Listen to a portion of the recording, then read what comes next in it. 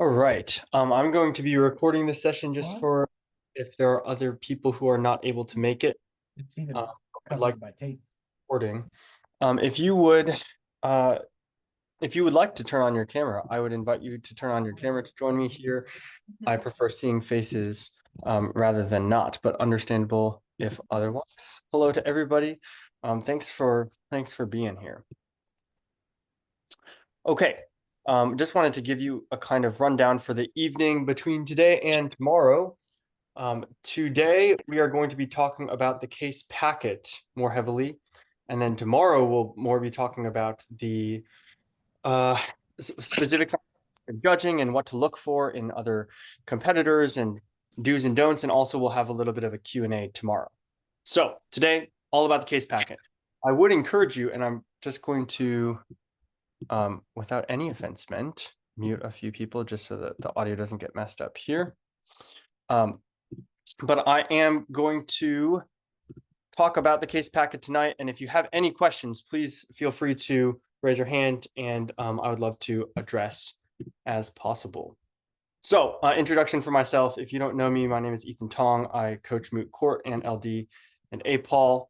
And this year I am doing a lot of Moot Court work. And I wanted to do this webinar because a lot of parents have been asking NCFCA for resources on how to judge, because this is a pretty difficult event to just throw yourself into, especially without having any legal experience. But my goal is to make this a little bit easier for you to judge. So I hope that this session will be helpful for allowing you to understand what's going on in your rounds, to ask good questions, which will be helpful to the students, I am sure. Okay, so we are going to get started. I'm going to talk about what's going on with the case packet and both issues that we're addressing today. So this is really just a story. So even if you don't have any legal background at the beginning of this, should be pretty helpful for you. First thing, I'm going to give you 3 background points. So I'm going to be taking notes along with you. 3 background points before I tell you about the facts of this case. The first background point is about Atlantis and Olympia. In this case packet, it's a fictional universe in which there is an island called the Island of Olympia. In the Island of Olympia, there are 2 people groups, the Atlanteans and the Olympians. And the Atlanteans comprise a smaller portion of this island. So if I were to draw this out, something like this, the Atlanteans are right here, and Olympia takes most of the island. So this fictional island that's somewhere, I don't even know where it's supposed to be, but this is kind of the subject of our discussion in the case packet. The Atlanteans and the Olympians have a lot of what the kids now call beef. They have a lot of fighting between themselves, and partially because they have issues about who controls this land. So the Olympians, who comprise the majority of this land, of course, believe that they have the right to the land, and the Atlanteans believe that they have a claim to at least their part, if not the entire land. Here's how this conflict has gone down. So the Atlanteans first, there's an Atlantean terrorist group that attacked the Olympians first. The Atlanteans, the smaller people, attacked the larger group of Olympia first. In retaliation, the Olympian group, which is the bigger group, they attacked the Atlantean nation after that. So the first aggressors are the Atlanteans, and then the Olympians attacked after this. And of course, there's so much infighting. This should remind you kind of Israel and Palestine, which is what this case is meant to mirror. The famous slogan that defines the conflict from the Atlantean perspective is as follows: from sea to sea, Atlantis shall be free. This is the slogan that defines the conflict. The Atlanteans chant this slogan, and the packet notes that originally this statement was meant to, and be careful of the language here, originally the slogan was meant to express the elimination of the Olympian state from the island. Now, what on earth does state mean? I mean, you could think of state as, when we say the deep state, we're referring to those deep in the government. So we could think about the state as the government. You could also think that maybe the state means the country, like the entire country. It's not exactly clear. The record just says the elimination of the Olympian state. When the Atlantean activists say this, what they mean is the entire state of Olympus, of Olympia should be removed. So that's the first background point. Background point number 2. What is a warrant? Warrants show up as a process to protect your Fourth Amendment rights so that police are not able to barge into anybody's house or anybody's property whenever and with whatever reason. So the only time in which the police are authorized to barge into your house, with very few exceptions, is if they have a warrant. Now, here's how a warrant happens. If I believe that, some guy named Joe is doing drugs and I'm a police officer, I will go to a judge, a local judge or a magistrate in my district, and I will say to the judge 2 things. 1, what is my probable cause for suspecting that Joe is doing something illegal with drugs? I'm going to give him my evidence. I'm going to write a sworn statement, which, if you have any experience with law, it's called an affidavit, in which you're going to say that I swear that I have received evidence that this person is a drug dealer because of XYZ reasons. That's part 1 of this warrant. Part 2 is what I'm going to be doing. I say to the judge, please give me the authorization to do something. So maybe that's to go into his house and arrest him. Maybe that's to go in and take his to check through his stuff, to rummage through his belongings. So the warrant process is 2 things that you submit to a judge. Now, as you can imagine, judges aren't always in their office. Sometimes judges have they're sleeping at times. They're on vacation. They're not in their office 24/7. And so sometimes warrants take a little bit to get back to. Warrants typically take between a few hours and maybe 2 days. So the average time is about a day, probably speaking, to obtain a warrant. So think about this. Let's say that you're sitting in an apartment and you're just sitting on a couch, and randomly you hear, bam, a gunshot. And you're like, oh my gosh, I just got shot in the leg. By the way, this is a true story. This happened in one of the cases that we read. Oh my gosh, I just got shot in the leg. What the heck? And you're like, where is it from? Nobody's in my apartment. And you look up, there's a bullet hole from your ceiling. What on earth? Somebody just shot me from upstairs. So you call the police. Yo, I think there's somebody upstairs just discharging firearms all the time. Like, I don't know what's going on. Here's the question. Do the police have to call the judge or the magistrate and say, hey, we need a warrant. Here's what we believe. And maybe the judge is sleeping because the judge is probably not awake at all hours of the night. So it might take a little bit of time to get to. Of course, the answer is no. In certain cases, you can bypass the warrant requirement, and officers can go into the house even if they don't have a warrant because it's an emergency. They can't let this guy who's just shooting bullets into his floor just shoot bullets as long as they want. So the police can sometimes bypass the warrant requirement, but in general, they have to go to a judge and ask for a warrant. That's background point number 2. Background point number 3 is the petitioner in this case. The petitioner is the main character. His name is Taran Bellator, or you might hear some people saying Tarun. I prefer Taran because I think that's how I first would have read it. Taran Bellator. Taran Bellator is a 20-year-old student at FSU. FSU stands for Frankfurt State University. It's a fictional state, just like Atlantis and Olympia are also fictional states. So he's a junior studying at FSU, and he is himself Atlantean. So remember, I showed you that map, and I said Atlantis comprises the small part. Technically, the terrorist group attacked Olympia first, and then Olympia retaliated after. Taran's family is from Atlantis. In fact, he is himself a first-generation Atlantean, which means that he's the first person that's an American citizen. Well, he's a first-generation Atlantean American, which means that he's the first Atlantean in his family to be an American citizen. Because of his connections with Atlantis, Taran Bellator has started a group called the SAS, which stands for Students for Atlantean Solidarity. So he heads up this group as its president to host rallies and events and that fundraisers to help his own cause in Atlantis. Okay, any questions so far on the background points? We haven't gotten to the facts quite yet. This is just the background points. Feel free to interrupt me at any time with questions. All right, I'm going to break the facts down into 3 parts as well. So these are the 3 background points. Now we're going to do 3 facts. We'll break the facts into 3 sets, and you can access all of this on the website. If you go to Judge Moot Court, you can find all of these resources there. Okay, fact number 1, the rally. So the main contentious question is what happened at this famous rally, which happens on May the 1st of last year, 2024. So under a year ago. Here's the events of this rally. At 4 p.m., Bellator stages this rally. So he's, again, the 20-year-old pro-Atlantean activist, and he starts this rally, and he calls it the Ceasefire Now rally, because he's trying to call for a ceasefire overseas. Now, he starts this rally at 4 p.m., and at first, you can say that there were the record says that there were some chants and insults, whatever this means, but peaceful. So, of course, the SAS is there, and there actually, I should mention this, there are about 300 SAS, and there are 70 to 80 pro-Olympians. By the way, if any of the students try to tell you that this means that there are 70 to 80 Olympians, that may not be true. They could just be protesting on behalf of Olympia. So they really should be pro-Olympians, but I'll just simplify it to Olympians. So 300 SAS members and their counter-protesters who are protesting against SAS as the Olympians.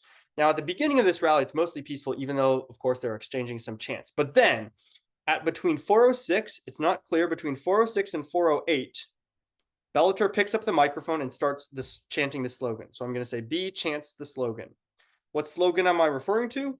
I'm referring to this one, from sea to sea, Atlantis shall be free, that controversial slogan. That means the elimination of the Olympian state, whatever the state means, and he starts chanting this in a megaphone over the entire crowd. He chants this for about 3 to 5 minutes, and people start to get agitated, the record says. It says some people are kind of getting annoyed, frustrated, maybe angry, turbulent, that he's saying this controversial slogan. And at exactly 4:11 p.m., violence breaks out. Now, you might think that violence is breaking out in one direction. Maybe the people are mad at him, and so they're throwing rocks at him, or maybe his protesters are attacking them. The record says it's basically simultaneous. Both sides just start attacking each other at an indistinguishable time. We don't know who threw the first stone. Both sides, the Olympians and the Atlanteans, both start attacking each other in this rally. Now, for about a 34-minute period of time, from 4:11 until 4:45, I'm going to scroll down here. From about 4:11 to 4:45, Mr. Bellator does not stop chanting. So I'm going to say B does not stop chanting. The record specifically says he never stops chanting, but he does no violence. So even though the crowd around him is being violent, in fact, 83 people end up getting arrested. So it's a pretty violent mob. People are throwing bricks, Molotov cocktails, like stones, bottles, all kinds of dangerous things, getting into physical fights. And Bellator does none of this. He doesn't engage in any fights. He doesn't even push anybody. Nothing happens on his part. But he never stops chanting from 4:11 to 4:45. That's a long time to be chanting. From sea to sea, Atlantis shall be free. As the violence continues to rage on, he continues to chant. And at 4:45, the police approach him in order to arrest him. They don't tell him that he's under arrest, but they walk over to him because they said, yo, stop chanting. And he wouldn't stop chanting. So they walk over to him and he runs away. So police approach, B runs away. And after he runs away, the police are needing to clean up the rest of the riot. So that leads us to point number 2. So we've previously said above that the rally is the first fact. On the same day, May 2nd, the second fact is what happens in the dorm. So after the police approach him and he runs away, they don't catch him. In fact, they get stopped because they have to clean up the rest of the protest. So you could just say, like, police clean up. But then later they decide, we need to get him. And that happens at 7 o'clock, about 7 o'clock p.m. So I'm going to say police go to dorm. So for about 2 hours and 15 minutes after he's left and they're cleaning up the rally and arresting people, then they're like, okay, now that we finished cleaning up the rally, now let's go get him to in his room. So this is the second part. There are 3 things to note about when the police chase him into his room. So they're walking over to his dormitory and they see someone who looks like Bellator. And so they run after him and he's into his dorm room. So there are 3 parts of the dorm room episode that you need to remember. Part 1 is the roommate. Part 2 is the window. And part 3, or part C, I guess I'm saying, is the drawer. Okay, roommate, window, drawer. What are we talking about here? So officers chase him into his room because they think that this is the guy. They chase him into his dorm room and they knock on his door. And his roommate, so this is the first part, his roommate, whose name is Edward Trace, Trace opens the door and he lets the officers into the common area. Now, the common area is shaped like this. You've got a common area here. I'll say common area with CA. And then you've got like a bathroom here. And then you've got room 1 here and room 2 here, room 3 here, and room 4 here. So it's called a suite style dorm room. And Bellator's roommate, Edward Trace, lets the police in through this door. So the police are now standing in the common area. And the police ask, hey, is Bellator here? And Trace, Edward Trace, the roommate, says, I don't know. And then this is his words. Trace says, you can check. These words will be important, which we will talk about later. You can check. You can check if he's in his room. So after hearing you can check, the police then walk over to Mr. Bellator's dorm room, and the door is very slightly cracked. While they are right next to his door, they hear the window opening. So what sounds like a window opening in Bellator's room. So they say, oh, he's probably trying to escape. So they enter into his room, but he's not next to the window. They're like, oh, okay, where is he? And they throw open the closet doors, and poor Taryn Bellator is hiding behind the closet doors, which I imagine must have been a very embarrassing experience to be caught behind the closet doors. But this is Mr. Bellator's choice to hide behind the closet doors instead of face the police like a man. So they arrest him and they say, you're under arrest because you have breached the peace. And they send him they put him in a police car and they take him away. Now, here's the third part. So I've talked about the roommate. I've talked about the window, which is they're like afraid that he's going to escape. The third part of the dorm situation is the drawer. Here's what happens. They take Bellator out of the dorm room. So they enter into the dorm room and then they take him out, but one officer remains behind. The record says that he briefly scans the room. It doesn't really say what he's doing. It says he briefly scans the room. And as he's briefly scanning the room, he sees in the drawer of Bellator's desk what looks like a gun. So he walks over to this drawer and he picks up the bag and he looks inside and he's like, oh, wait, this is a gun. And he finds a fake ID in that same bag. And he's like, oh, I think this is illegal. And he thinks to himself, I'm pretty sure that the CPD has told me that Bellator is only 20 years of age and you're only allowed to have a gun if you're 21. So he says, oh, wait, that means that Bellator is underage. He calls the school. He's like, hey, can you confirm Bellator is 20, right? You told me that? The school says, yes, we did say that he's 20 years old. He goes, aha, now I know this gun is illegal. So now that he knows the gun is illegal, he then takes the gun, bags it as evidence, and takes it to trial, which takes us to part number 3 of the facts. So Can I ask, did you say that the gun was in a bag? So how did he know there was a gun in the bag? Good point. It is partially exposed, so it's sticking out a little bit so that he can see the handle of the gun. And he says, oh, this is a gun. He opens up the bag and then goes, oh, wait, I think he's under 21. I think he's not supposed to have this gun. Yeah. So he saw a little bit of it. This leads us to the final part of the facts of the record, which is the investigation. There are 2 parts of the investigation. I'm doing all my little subpoints, so hopefully you can keep yourself organized. Part 1 of this investigation is that there was a formal investigation by the CPD. So the CPD, the day after the rally, which is May 2nd, they say, hey, we got to figure out what happened here. So they call a bunch of witnesses, and this is very, very important. Here's what the formal investigation reveals. Number 1, the counter-protesters, which are the Olympians, remember, they're the ones staging the counter-protest, they said that when they heard him say from sea to sea, Atlanta shall be free, that enraged them. That's what the record says. It enraged them and began driving them to attack the protesters, the Atlanteans. It also says that the protesters, the Atlanteans, when they heard this from sea to sea, Atlanta shall be free, some of them took it as a rallying cry.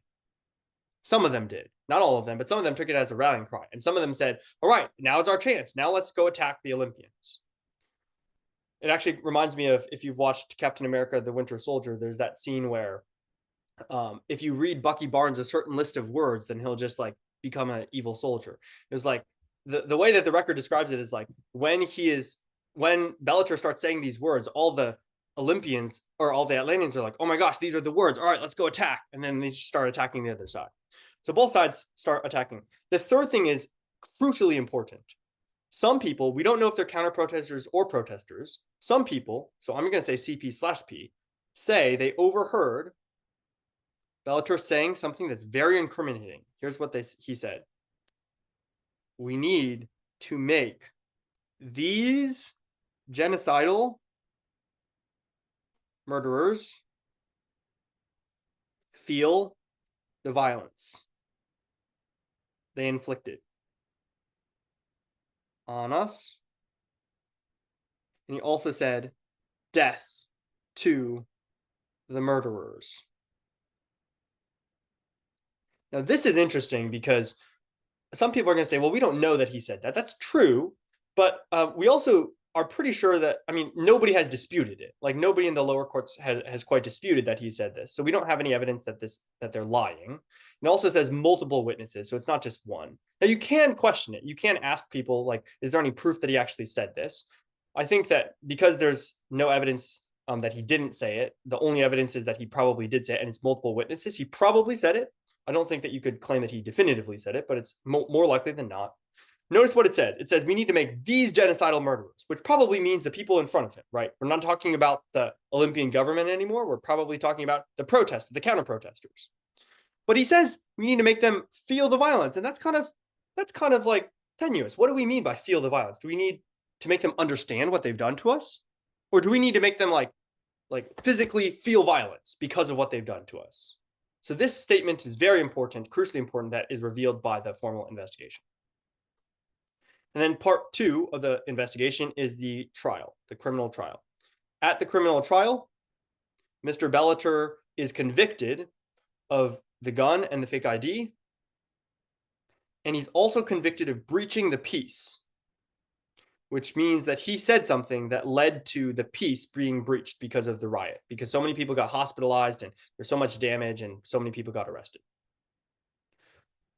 Okay, that's it. That's the fact set that we've got here. So I will talk next about the 2 issues, but any questions before I get there about the facts? And the facts are available to you online if you'd like to access them as well. Hey, Ethan, this is Lisa. I have a quick question. Please. You said that the police officers chased him into his room, but he left and they were there for 2 hours after they did, like they were there cleaning up for 2 hours. So then did they see him and chase him? Good question. So you are right that when they originally tried to arrest him at the rally, he evaded their arrest, and then they were cleaning up and arresting people. They later decided that they have to go chase after him because the CPD, I forgot to mention this, so this is good. The CPD had found that other people who were in his group had firearms and Bowie knives and brass knuckles. And so they're like, maybe Bellator is actually a dangerous person. So then the officers were like, we should go to his dorm and arrest him since some of his colleagues seem to be dangerous. So we should just go to make sure that he's also not dangerous. And also he needs to be arrested, right? Because he did something that caused a big riot.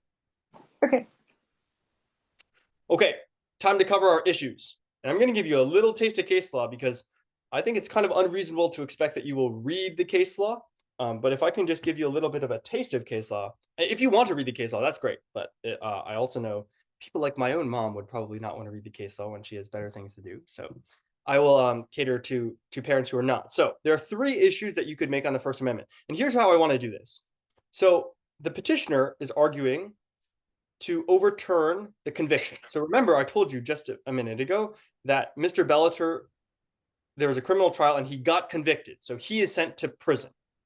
The petitioner is saying that was wrong. He should not have been sent to prison. So the petitioner is saying Mr. Bellator's speech is protected speech. He gets the right to free speech. So they're saying B has protected speech. And of course, the respondent is going to say B's speech is not protected. Bellator's speech is not protected. But it's kind of awkward because if you think about it, the person who's respondent kind of has the burden. If you've judged TP enough, or LD, I guess, if you believe there's a burden in LD too, you know that the burden of proof, the person who has the burden of proof should speak first. And who has the burden of proof if you're trying to say this guy is protected or not protected? Well, we generally presume that your speech is protected. So the burden of proof should be on the respondent. But awkwardly enough, because the respondent won, they give the second speech. So here's how it's going to go. The respondent is going to eventually say, Mr. Bellator's speech is either it's not protected because it's incitement, and I'll explain all these categories in a second, or it's not protected because it's true threats, or it's not protected because it's fighting words.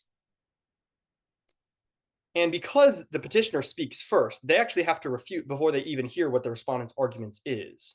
So it's actually if like the negative in LD had to speak before the affirmative. It'd be kind of awkward, but that's kind of how this round has to go. So petitioner has to say no incitement, not true threats, and then not fighting words, because they don't know what the respondent is going to say. Now, hear me very clearly, you don't have to say all three on respondent. All you have to pick is whichever one you like the most. On respondent, you could just say, well, his speech is incitement, therefore he's not protected. And the petitioner kind of wasted their time because they talked about true threats and fighting words. But that's just kind of how the game goes. So the respondent only has to pick one of these issues, or two or three, but they only minimum have to pick one issue, and the petitioner has to respond to all of them since they give the first speech. Okay, so we've got 3 issues to cover: incitement, true threats, and fighting words. I'm going to cover it in order of smallest issue to biggest issue, because fighting words is a pretty weak argument. The reason why fighting words is a weak argument is because typically you don't go to jail for saying something that would cause another person to fight. Like if I said, your nose is the ugliest nose I've ever seen, maybe that's fighting words to certain people who are maybe insecure a little bit about their nose. I don't think that I would be sent to jail because I said your nose is a little ugly, right? So in general, fighting words is kind of a tough sell. Most people are not going to use fighting words as their argument, but here's the test. So you can think of it, if you've ever judged LD, the test is like the value, and whichever side meets the value is going to win the round. So the test, in the same way in moot court, is going to decide if the speech is fighting words or if it's not fighting words. Here's the test. The test is, according to this case of Cohen v. California, if a speech is personally abusive and it's an epithet, personally abusive epithets, which, when addressed to the common citizen, or actually it's ordinary citizen, is likely to result in violence. So you could just say results in violence. Inherently likely to result in violence. Now, if we were to ask this about Mr. Bellator's case, remember we said the test is like the value. So you look at the value and then you say, which side upholds the value? So if you think that Mr. Bellator's speech was personally abusive epithets, which when addressed to the ordinary citizen results in violence, then you would say, it is fighting words, so I agree with the respondent. His speech is not protected. His conviction was good. He should have been convicted. But I think it's kind of hard to do so, because first of all, it's not personally abusive. I mean, he says, from sea to sea, Atlanta shall be free. That's not about anybody. I didn't say anything about you. I didn't say anything about the Olympians. We also don't use the word epithet too much in our common language, but epithet is like a derogatory adjective. We would not say that from sea to sea, Atlanta shall be free is a derogatory adjective.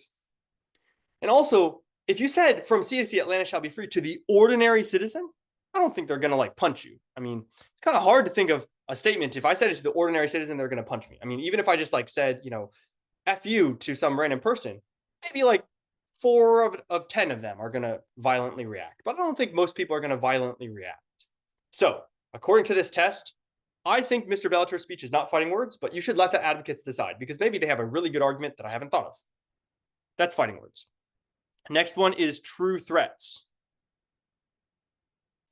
A true threat, the test is outlined by 2 cases. You'll see it in Virginia v. Black and also in Counterman v. Colorado, which you can just shorten to Black and Counterman. Black says that the test is if you say anything that is meant to place the listener, the hearer, in fear of bodily harm or death. That's Black's definition. And then Counterman is going to kind of add to this. Counterman comes after, so it's the more modern one.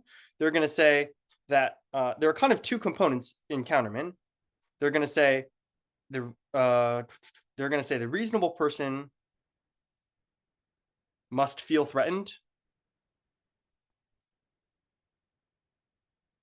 And then also they're going to say, and the speaker, I'm going to put it in colloquial terms and I'll explain the official language next time. It's basically, or not next time, but in a moment, but it's like he had a conscience moment. Okay, let's take a moment to explain all of this. So a true threat is when I say something that is supposed to threaten you, that's supposed to make you scared, either that you're going to be harmed in your body or you're going to die. Counterman says that there are two parts to this. One, if somebody reports, yo, I kind of felt scared because my neighbor said, don't park on my driveway again. And he's this big dude. And I'm really scared. I feel like he's going to beat me up. I don't know if like you should say the reasonable person would feel scared of that. Like if a guy just comes up, it's not like, unfortunately, not to like invalidate your feelings, but sometimes you're feeling threatened and the reasonable person shouldn't feel threatened. So the first part is the reasonable person has to feel threatened. The second thing I've called a conscience moment because that's easy for you to remember. The technical language is, listen to this, it's the person who speaks the threat. They have to do this. Consciously disregard a substantial risk that their words will be perceived as a threat. So consciously disregard means that they're like, I wonder if someone will feel threatened. And then they say, oh well, I'm just going to say it anyway. Now notice though, it's consciously disregard a substantial risk. It's not consciously disregard any risk because, I mean, if I said to one of my students after a coaching call, like, if you don't advance this tournament, I'm going to kill you. That'd be a ridiculous thing for me to say to one of my students. Is there a minute risk that one of my students will be like, whoa, this guy's actually going to kill me? I guess there's like a tiny risk that one of my students would say that, but it's probably not a very substantial risk. Most students would say, okay, he's just kind of socially interesting. I think that I might need to find a new coach, but they probably wouldn't, actually feel threatened for their life. So therefore, my speech wouldn't be a true threat because it's not a substantial risk. Okay, let's tie this to the instant case. The instant case, by the way, is a fancy way of saying Bellator's case, the case that we're discussing. So in the instant case of Bellator, the question is, when Bellator says from sea to sea, Atlantis shall be free. Number one, would a reasonable person feel threatened by this? A reasonable Olympian, would they feel threatened by these words? Second of all, did Mr. Bellator have a conscience moment? Did he ever think to himself, there's a substantial risk that somebody who's listening to my speech will feel threatened. Oh well, it doesn't matter, and pass by. Again, this is up to the mooters to discuss it with you and up to your own thoughts. You should form your own opinions. I'm going to say that I don't think a reasonable person would feel threatened, partially because if I'm a police officer and I show up to a Black Lives Matter rally and I hear them saying like, down with cops or whatever they want to say. I mean, like, you're a police officer. You chose to show up to a BLM rally. Of course, you're going to hear something that you don't like. I don't think it's reasonable to be like, oh my gosh, they're probably going to kill me. You showed up to a BLM rally. So the same thing is true of the Olympians. Remember that the Olympians show up to the rally planned by the Atlanteans. They know that the Atlanteans are going to say something pro-Atlantis. Would they reasonably feel threatened when they hear, from sea to sea, Atlantis shall be free? Oh my gosh, she's going to kill me. I think that's a bit of a stretch if they hear that and then they think that they're going to get harmed. So already, I think the government fails here. Don't take my word for it. Listen to the advocates. If they make a better argument than me, you should listen to them and maybe buy their argument. I'm just saying this is what I think based on the arguments that I'm reckoning with. But you could move on to the second part, which is a conscience moment. Did Mr. Bellator ever have a conscience moment? I'm not sure. I think reasonably, anyone who's like about to start a riot or a rally would probably think to himself, I wonder if these people might feel scared of me, and then say, oh well. So I think maybe he has a conscience moment. But think of this like stock issues. I know that quite a few of you have judged TP before. It's the government's job to prove all of the test. They can't just prove one of the tests and then say that they're good. They have to prove the whole thing. So if they've proved conscience moment, yes, but reasonable person, no, then they failed. It's like if you have inherency, yes, topicality, yes, but the affirmative failed solvency. Sorry, you don't win. So the government, the respondent, has to prove all of the prongs of this test. David mentioned in his comment that there's a history of previous violence. There is a history of violence. At least, like there are rallies that have gone from peaceful rallies to violent rallies. We don't know if it's because of these words, though. It's not like we have anything in the record where it says, whenever people hear from sea to sea, Atlantis shall be free, suddenly like an Atlantean will attack an Olympian. There's nothing about the history of this phrase being the precursor to violence. The record doesn't say that this causes violence, so we don't quite know. Okay, we've got a third one to cover, and then we're going to move on to Fourth Amendment. The third one to cover is incitement. Oops. Incitement. Now, if you were to imagine these are the Olympians and these are the Atlanteans, and this guy with a misshapen head is Bellator. Fighting words is when he directs it at the Olympians. True threats is also where he directs it at the Olympians. He's saying, I'm going to say something that will provoke you to violence, or I'm trying to threaten you. Incitement is the one case in which he's talking to his other friends with misshapen heads, because I can't draw circles. Incitement is the only case in which he's talking to his own supporters. Easiest way to think of incitement, people accused Donald Trump of inciting on January 6th, which was a year ago and 2 days ago. So on January 6th, people said Donald Trump had said to his supporters, let's march on the Capitol. And so according to the accusations, he told his followers to attack, like to go to the swarm the Capitol. That's incitement. Incitement is not making the other side mad. Maybe that would be fighting words. Maybe that's true threats. Incitement is when you tell your own group, yo, guys, we're about to go and attack these people. All right, everyone go attack. That's incitement. So here's how incitement works. There are 2 tests that you could use, and this is going to be a hot button discussion. So there are 2 possible tests. Again, think of tests like values. Test number 1 comes from the Supreme Court case of Brandenburg v. Ohio.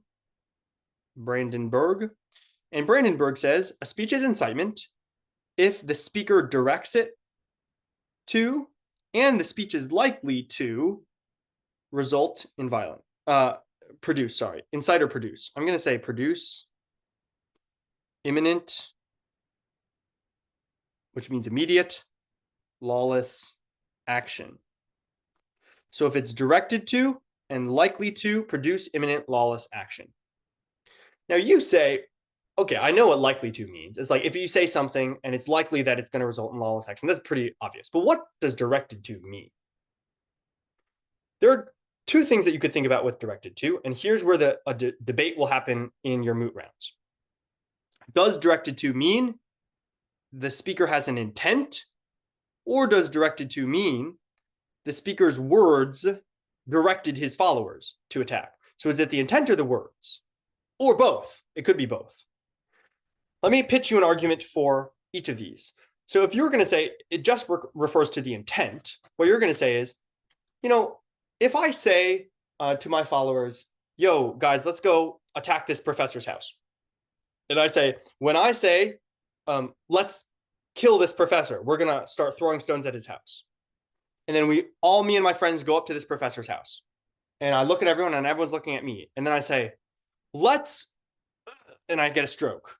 And nobody cares about me because they just want to attack the professor's house. So after I know this is kind of a crazy scenario, but miraculously, in the middle of me trying to say something, I just say, they start throwing stones at the professor's house. They don't even listen to me finish. Now, what I'm going to say if I go to court, I'm going to say, guys, you don't understand. I didn't say anything. I did not say attack the professor's house.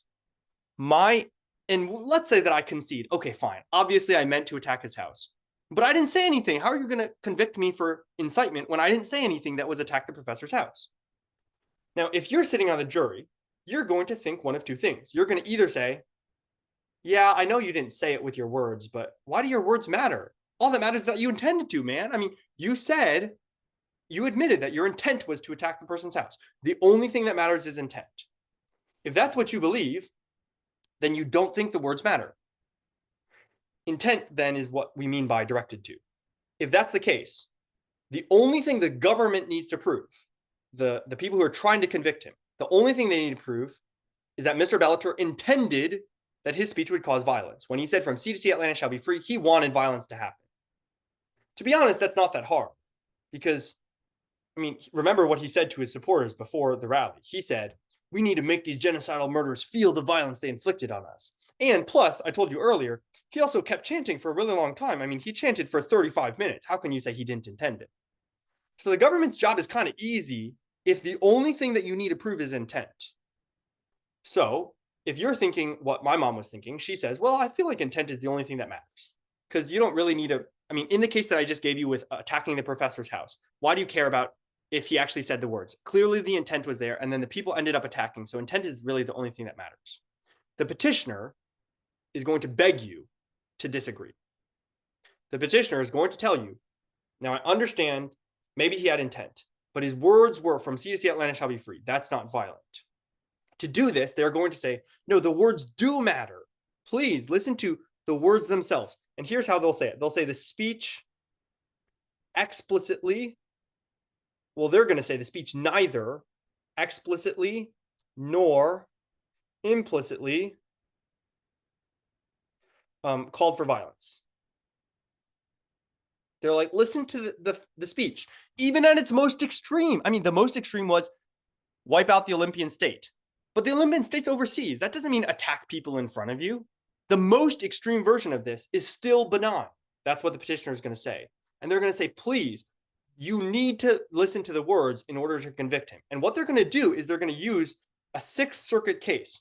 The Sixth Circuit is a level below the Supreme Court and the federal court system. So it's not required that you listen to them, but they are going to use it. The Sixth Circuit case is called Bible Believers. It's this crazy case in which there are a bunch of people who had signs that said like, your prophet is a pedophile and you're going to burn in hell. And they brought the signs to an Arab festival. So Bible Believers seems to be quite of a misnomer, because I don't think that Bible Believers would actually do that. But they call themselves the Bible Believers. They show up to the Arab festival, and that happens. In this case, the Sixth Circuit said, okay, listen, we've read Brandenburg, and we think the words matter. This is the Sixth Circuit again. They said, we think that the words matter. And that's because constitutional scholars have said that words matter. They read some constitutional scholars. And they also said, I mean, how could you be convicted for your speech if you didn't speech anything? Like, how can you be convicted for incitement when you didn't say anything? In the case that I gave you where you say, let's, and then you get a stroke. How can you convict this man for incitement when he didn't say anything, man? That's what the Sixth Circuit is saying, and that's what your petitioners will say. So a good question to ask the petitioner is, why should we trust the Bible Believers Court, which is Sixth Circuit?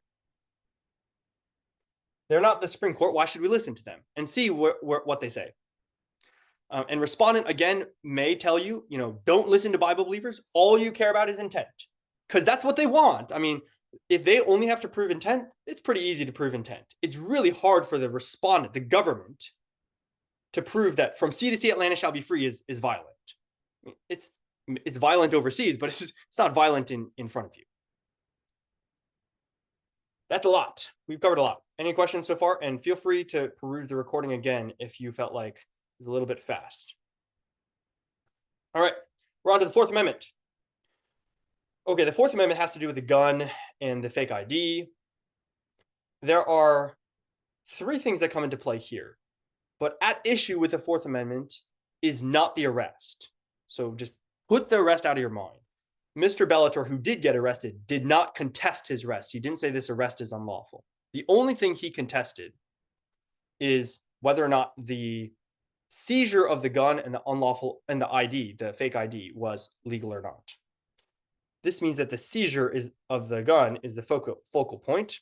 Okay, there are three main arguments you can address here, but I'm going to actually start with plain view, because plain view is going to help us the most. Plain view says this: if I'm a police officer and I'm in the course of lawful investigation, like I'm arresting you, I'm in your house because you gave me consent, whatever, in the course of your legal investigation, if I see something and I'm like, wait, that's totally illegal, like a sawed-off shotgun, I don't know if you know, but is legal everywhere because it's a modification that does a lot of damage, and every state illegalizes sawed-off shotguns. So if I'm a police officer, I go into a bank robber's house to arrest him or whatever, and I see a sawed-off shotgun. Under the plain view doctrine, it's in plain view. Therefore, I can seize it. But there are conditions that have to be met, because I can't just grab anything.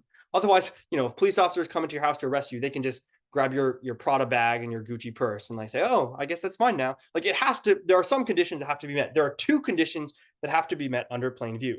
And this comes from the case of Horton v. California.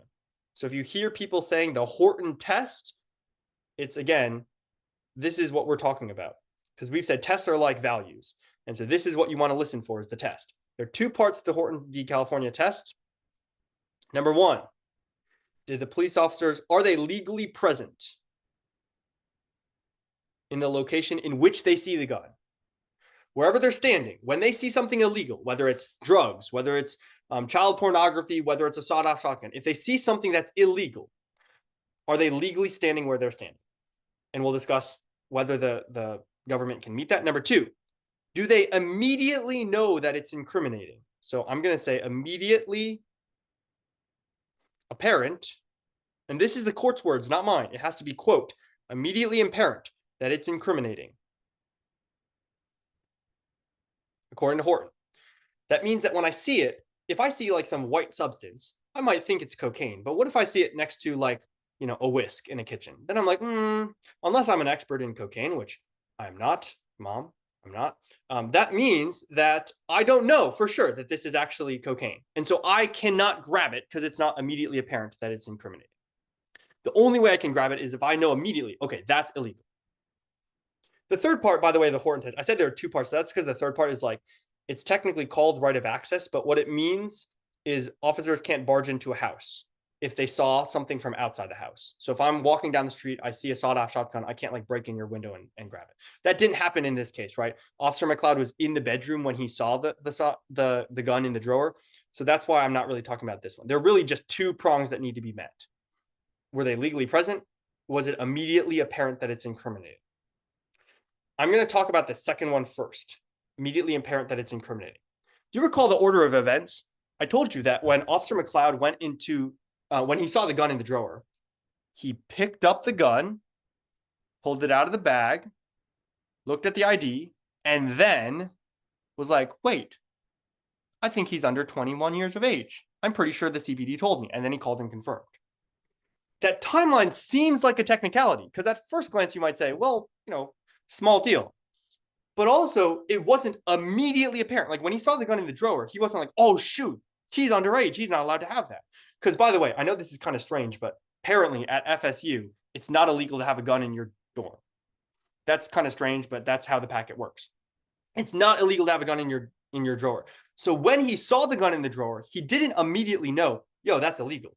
He picked it up and then he's like, oh, wait, that's illegal. But here's where the petitioner and respondent will both have good arguments because respondent is defending the officers. The respondents, I'll start with the petitioners. The petitioners will say, he didn't know until after. He picked up the gun and then recalled. That means it's too late. It was not immediately apparent. The respondents are going to say a pretty good argument. They're going to say, oh, hopefully, if you have a good respondent team, they're going to say, well, it wasn't immediately apparent to him, but he knew it. Like nobody had to tell him. Well, after he picked up the gun, he was like, oh yeah, it's illegal. So think about it this way. I go to Baylor University for seminary at Truett Seminary. If any of your students who know that I go to Baylor, let's say that you're on a college visit with one of your kids and you pass through Baylor. And after you pass through Baylor, one of your kids says to you, oh, Ethan lives in Waco. We should have gone and seen Ethan. It wasn't at the time, like they didn't recall it, but did they know that I lived in Waco? The answer is yes, because nobody had to prompt them. So in the same way, did the officer know that the gun was illegal? Technically, yes, he just didn't think about it. Oh my gosh, this is like blowing your mind. This is how judges have to work. Like there's so many technicalities that are floating around here. Technically, the officer knew, but it wasn't immediately apparent. Like he didn't think about it. So listen to the arguments that are going to be floating around here. Listen to what the advocates are telling you about this prong of immediately apparent. Okay, we've talked about immediately apparent. That's really what's related to the plain view test because legal presence is less to do with plain view and more to do with number 2 and number 3. Number 2 is exigency and number 3 is consent. Okay, so exigency is exigency and consent. Exigency, the word just means emergency. We don't really use it often, but it means like urgent or pressing. There's a pressing need to go in. So I told you that in the case in which you get shot in the leg and you're like, oh my gosh, someone upstairs shot me. This is a real case that happened in the case of Hicks. In that case, when they called the officers did not get a warrant because why would you go and get a warrant when there's an active shooter?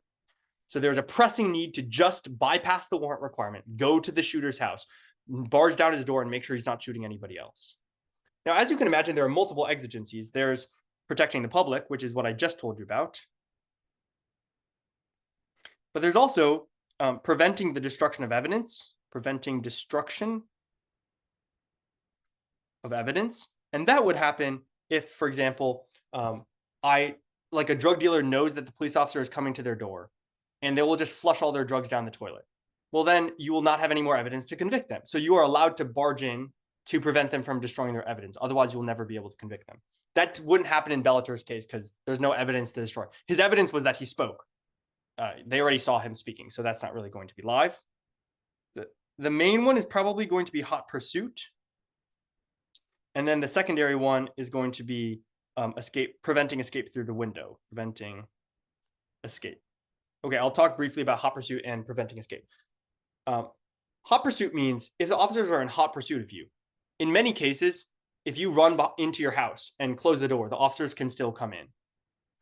But this can't be true in every case. I mean, imagine one of you, let's say that you, I don't know, okay, alternate universe of yourself in which you are an atheist and you have no morality. And you are in a store and you're like, wow, that candy bar looks really nice. I really want some Snickers because I have a craving for Snickers and Snickers satisfies. So you grab the Snickers bar off the shelf and the police officer sees you and you're like, oh man. So you run back into your house. The police officer is chasing you all the way down your street. You run into your house, you close the door, you lock the door. Now, technically, the police was in hot pursuit of you. And there is oftentimes a need for the officers to arrest you to finish what they had started. But in this case, in which you've stolen a candy bar, what should the officer do? Okay, I mean, if they really care, they should just go to a judge and say, yo, I literally watched, XYZ person steal a candy bar. Give me a warrant. I will go and arrest that person. In more obvious cases, like let's say that, you are a drug dealer and the police are trying to arrest you as a drug dealer and you run into your house and lock the door, the police can finish the arrest because it's a pretty serious crime. If it's a small crime, probably not. If it's a serious crime, yes. So this is the question. Is Mr. Bellator's case a serious crime? He doesn't do anything violent. In fact, he refrains from violence at the rally. The only thing that happens is that he causes lots of damage. So it's a really big crime in magnitude because lots of people get hurt. But it's not a really big crime in terms of what he did. So that's why hot pursuit is kind of a big question. I mean, police, as I'm saying, police cannot always chase you and then break into your house. That'd be silly to think that police can break into your house for stealing a candy bar. But if it's a serious enough crime, they have to finish the arrest. So that's a big question under hot pursuit. Okay, now what about preventing escape? This one is another known exigency where if I hear that a person is escaping from the home, like let's say I chase a drug dealer into the home and the drug dealer goes out the back door, jumps into his car, and I hear his car revving, or not yet, but I know that there's a car behind his house and I know he could drive off and he's got a Lamborghini and I've got some Ford truck, so I probably won't be able to catch him. If I'm a police officer, could I, in order to prevent escape, barge into his house? The courts have said yes, it's a pressing need in many cases to prevent him from escaping. So in Bellator's case, they heard the window opening. They're like, oh no, he might escape. I should go in and catch him before he escapes. But I mean, the same thing is true here. Is it always true that it's what's the worst that happens if he escapes? I mean, is he going to sleep in the park? Is he going to go buddy up with his friends? Most likely he's going to have to come back eventually. So why couldn't you just go get a warrant and then arrest him later? So all of these things have multiple sides of the issue. I wish I could explain more, but I want to just kind of preview everything for you. And we do have to talk about consent as the very last thing. Notice I told you that exigency and consent help get you to legal presence. If there was a pressing need for some reason, then the officers legally entered into Bellator's room. Like if they wanted to prevent him from escaping, then they were legally present in his room. Therefore, they fulfilled this prong of the Horton test. So that's why you kind of need. So you need this thing on respondent. If you're the government, you need this, and you need either this or this to show that they were legally present. So maybe you're like, I don't know if I buy any of the exigencies. What about consent? Consent is the third one. Oh, consent is an interesting one. I told you to mark these words when I said that when the officers walked into his room, when they walked into the quad room, Mr. Trey said, quote, "You can check."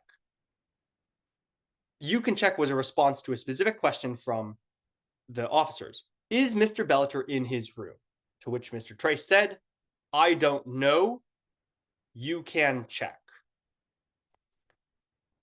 There's a case of Fernandez, which is a great case to read. Fernandez I don't remember what's the long name of this, but Fernandez says that in order to know if consent is valid, we look at social norms. We say, did the officers act socially normal?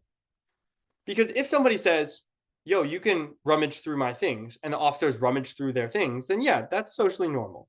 But what if the consent was, you can peek your head in, and then the officers don't peek their head in, they just barge in? That's wrong. I mean, I've said this to my students. To put it plainly, consent here is no different from consent in terms of like Title IX things in college, like what they tell you the first day of college. You will be charged with sexual assault if you go beyond the consent that the person gave you. The person says yes to kissing you, that does not mean that they consent to having sex with you. So in the same way here with consent, if Edward Trace says you can check if he's in his room, and then the officers proceed to barge into his room, throw open everything, tear apart everything, they've gone a little bit past social norms. Because remember, social norms is how we judge this by. Some people may attempt to say, like, Mr. Trace is telling them that he has the ability to give consent. Maybe he is telling them that he has the ability to give consent by saying you can check. But again, his words are you can check, not you can throw open the closet doors, you can, do everything. In other cases, the police will give you a form. They'll say, fill out this form. And the consent form says, I consent to have my property searched and anything that's illegal seized. That's not what happened here. The police did not obtain that consent. Another argument on the consent point is to say, Mr. Trace doesn't live in Bellator's room. I mean, unless they're just like really tight homies, I don't know why they would be sharing a room together when Mr. Bellator lives in room 1 and Mr. Trace does not live in room 1. So how can Mr. Bellator give permission, how can Mr. Trace give permission to room 1 when he doesn't live in room 1? I think most of us agree with that one. There is a little bit of pushback though.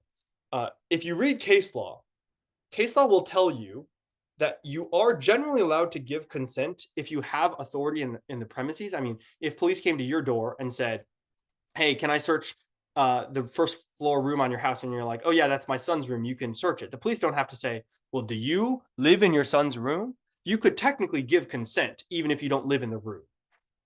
How far that extends is up to the mooters to decide and the advocates to debate it for you. You technically can give consent over someone else's room if you have common authority over that room. Like if Mr. Bellator and Mr. Trace were really weird suitemates and they just swap rooms every night because they're like best buds, or maybe they're like scared of the dark and they wanted to sleep in each other's rooms, like maybe they have common authority. It is technically possible. That's all I'm saying. It's technically possible that Trace has common authority over Mr. Bellator's room. So don't throw out the argument out of hand. It's just not that persuasive because most likely he doesn't have authority over Mr. Trace's, or Mr. Trace does not have authority over Mr. Bellator's room. So in sum total, the Fourth Amendment requires, in order to seize the gun, since they did not have a warrant, they need the plain view doctrine. In lieu of a warrant, you need the plain view doctrine. That requires that the officers are legally standing where they were when they saw the gun. Was Officer McLeod, who saw the gun in the drawer, legally standing there? Well, how do we know? 1, was there an exigency that allowed him to go in? 2, was there consent that allowed him to go in? If either of those work, he is legally present, and therefore they've met the first prong. Second prong, was it immediately apparent? And here's the thing that I told you is kind of mind-blowing. Like, technically he knew, but he didn't actually recall it until afterwards. That's for the advocates to decide for you. If the government proves both of them, the government wins. If the government fails either of them, the government loses. Again, just like stock issues. If the government fails, just one of these two prongs, the government loses. So the petitioner technically only needs to dispute one of them, though they can and probably will dispute both. That's it. That's the whole thing. I'm open for questioning. Questions, anybody? If you need some time to process this, there will also be Q&A time tomorrow.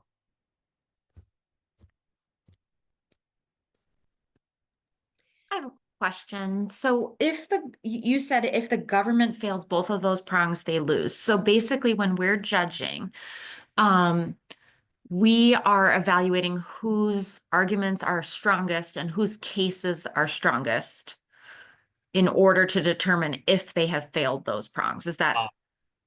I will talk about the ballot tomorrow. Okay. It's not technically who wins and loses. What I Okay. was trying to says if you were a Supreme Court justice, you would determine who won and lost based on that. They technically just rank based on points. But you should listen. Are they making the argument that I can just disprove one of them and the petitioner would prevail? If they are, that's a good argument. So you should give them points for that. Yeah. Haley, did you have a question? I do. Is there any information in the packet about, is it typical that a dorm room is considered common authority? I don't know. I feel like that's different from your example, because if it was my son's room, I own that house. So there's a different situation. In a dorm, there's, is there precedence for that? Yeah. The precedent from the court has been, if you are co-tenants, you may have common authority over the premises. Okay. Which is kind of strange, but like, I say may, and you're like, no, I just want to hear a yes or no. Just tell me yes or no. I wish I could give it to you, but that's because the court needs to give themselves some leeway, and it's kind of a case-by-case basis. I mean, in this case, you probably have an instinct right now. Do you think that Trace can give have common authority over someone else's room? Maybe you have an instinct. Yes, maybe you have an instinct. No.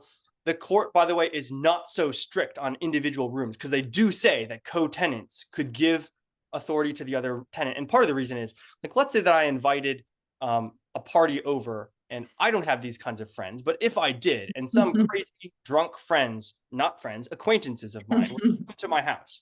And if these drunk acquaintances, thought that they were walking into my room and they walked into my roommate's room, well, that's tough for my roommate. But like, they kind of assumed that risk when they signed up to be a housemate. They should have just bought a studio apartment if they didn't want that.